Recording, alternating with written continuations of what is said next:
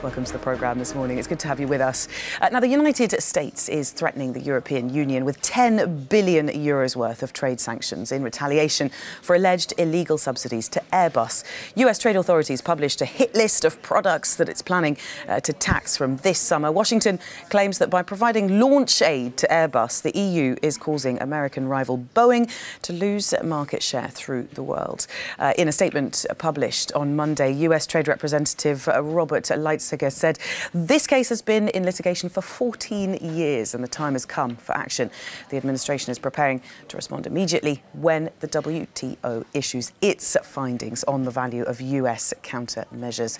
Well, let's get some more on this with Alistair Sanford, who joins me now in the studio. Morning to you, Alistair. Morning, Belle. So why is it that the US is threatening this action? Well, the US does want to retaliate against the Europeans over what it says are EU subsidies to Airbus, and it wants to use the same law as it used to justify bringing in tariffs on Chinese imports last year.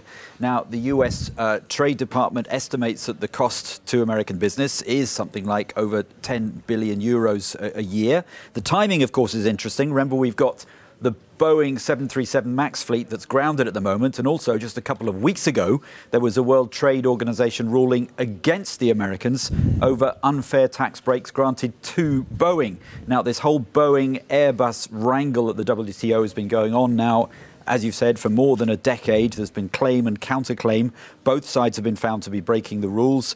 And the WTO has said that the EU subsidies do have an adverse effect on the Americans. In particular, what you've said are these launch aid subsidies. That's promoting new large civil aircraft, which Boeing says has caused it to lose a lot of sales. So the WTO has agreed to look into the Americans' claims. A ruling is due this summer. The Americans say that despite the rulings against the EU, they've continued to put into practice these subsidies and even brought in new ones. And it says its ultimate goal is simply to bring all this to an end. And it's extremely detailed, this list of products. Just give us a few of the ones on there. Yes, this is a preliminary list they've put forward for now, getting it all lined up ready. And then if the arbitration ruling is in their favour, they say they'll slam on more. Not surprising, we've got aircraft and aircraft parts in there. It doesn't say so specifically, but it's quite clear that it is targeting one manufacturer in particular when you see the detail that says new aircraft, passenger transports, non-military of an unladen weight exceeding 15,000 kilograms. Kind of just slightly suggests that might have Airbus in its sights. Lots more items as well designed to hit the EU 28 countries, even if they're largely symbolic. The list is pretty bizarre. It begins with fish, everything from swordfish to crab meat. It's got cheese, wine and liqueurs, textiles, tools, ceramics, bed linen, lamps and binoculars, and it ends up, of all things, with artists' brushes. Some of the categories are slightly puzzling. For instance, oysters prepared or preserved are targeted, but not those that are smoked. There's earthenware ornamental articles which have a reddish-coloured body and a lustrous glaze of differing colours. I don't know what they're getting at there. And also telescopic sights for rifles, not designed for use with infrared light.